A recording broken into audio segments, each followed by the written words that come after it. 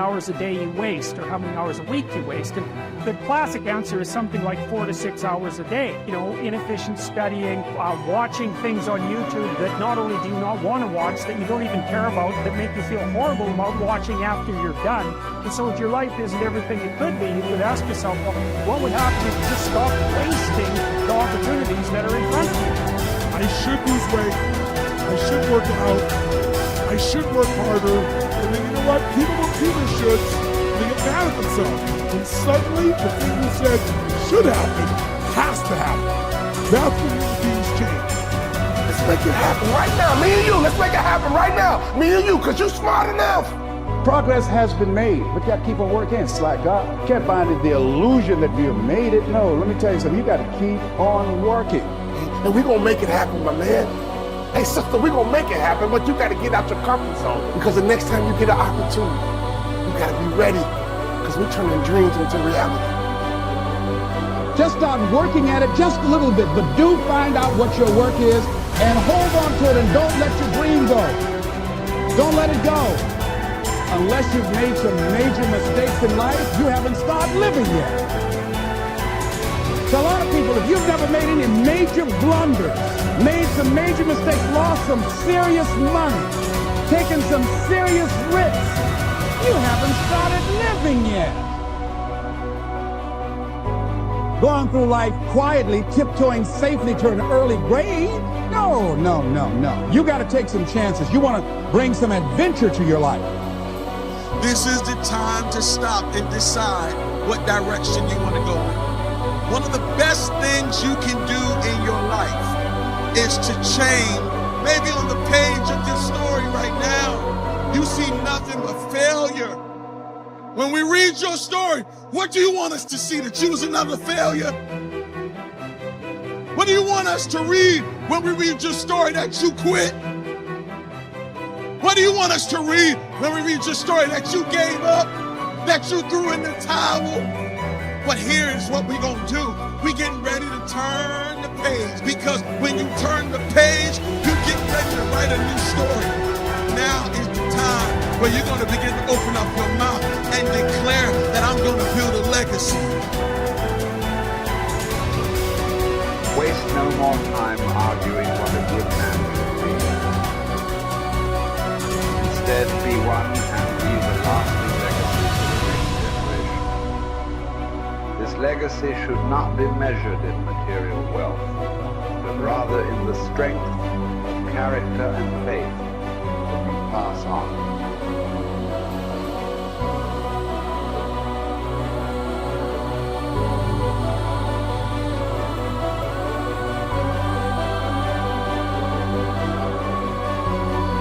I genuinely am a force to live in the world. You may not understand that yet, but you will eventually. And I genuinely believe I'm acting under the instruction of God to do good things. I want to make the world a better place.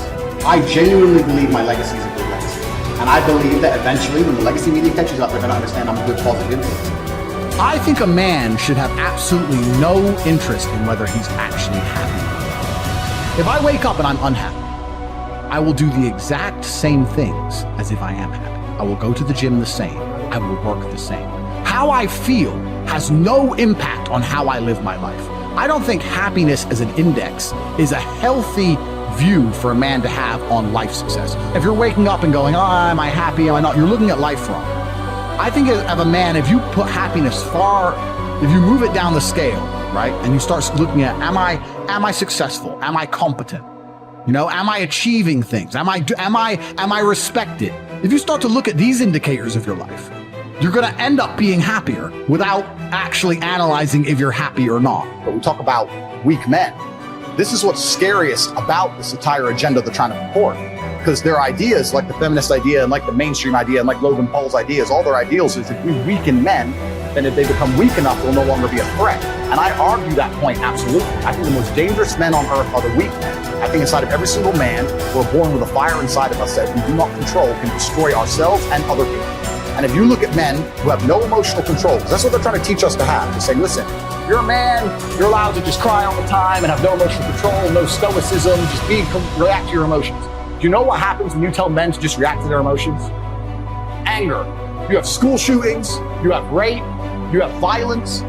That's what happens when you tell men to have no emotional control. These school shooters are kids with no emotional control. Rapists are men with no emotional control. Violence and the bullshit you see on the street are men with no emotional control. Telling men to not be stoic is going to create a breed of violent young men who have no emotional control, can't control their emotions, and act out on them. That is absolutely not more dangerous to society than me coming along and saying, listen, I don't give a how you feel. It doesn't matter how you feel. You have duties and you have responsibilities as an adult. You must comply and act a certain way regardless of how you feel. That is better for society as a whole, especially as I'm only teaching the tenets of, listen, go to the gym anyway. It doesn't matter. Don't feel like it. Go anyway. Listen, your girlfriend left you.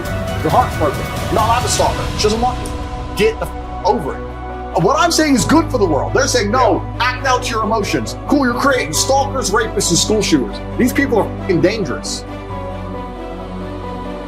Knowing yourself is the beginning of all wisdom.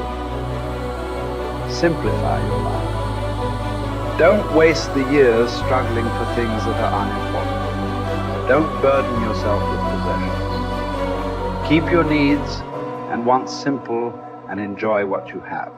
Don't destroy your peace of mind by looking back, worrying about the past. Live in the present. Simplify. Our life is what our thoughts make it. Do every act of your life as if it were your last. In a word, your life is short.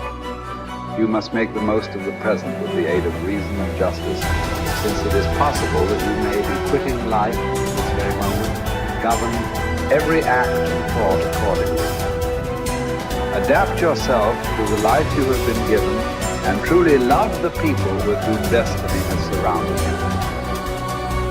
If you accomplish something good with hard work, the labor passes quickly, but the good endures. If you do something shameful in pursuit of pleasure, the pleasure passes quickly, but the shame endures.